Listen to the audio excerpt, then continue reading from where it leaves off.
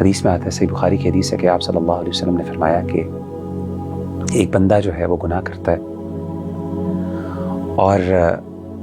گناہ کرنے کے بعد وہ شرمندگی سے اپنے اللہ کے سامنے کہتا ہے یا ربی، اے میرے رب، ذنبت ذنبا او اذنبت ذنبا، اے اللہ میں نے گناہ کیا، مجھ سے غلطی ہو گئی، مجھ سے تیری معصیت ہو گئی، فاغفر لی، اللہ مجھے معاف کر دے۔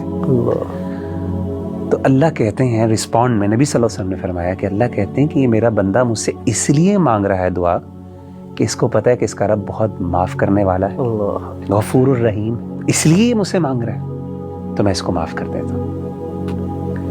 نبی صلی اللہ علیہ وسلم نے فرمایا پھر کچھ دیر گزرتی ہے، پھر دوبارہ اس سے غلطی ہوتی ہے، وہی گناہ، پھر دوبارہ وہ اللہ کے پاس جاتا ہے اور کہتا ہے اللہ مجھ سے گناہ ہو گیا، مجھے معاف کر دے۔ اللہ پھر وہ رسپونڈ کرتے ہیں،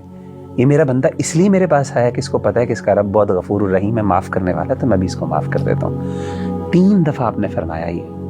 آپ نے فرمایا کہ پھر کچھ وقت گزرتا ہے، پھر اس سے غلطی ہوتی ہے اور اللہ تعالیٰ یہی کہتے ہیں۔ پھر اللہ تیسری دفعہ کیا کہتے ہیں؟ آپ نے فرمایا کہ اللہ تعالیٰ پھر یہ کہتے ہیں کہ میرا بندہ ہے، یہ کئی دفعہ میرے پاس آ چکا ہے،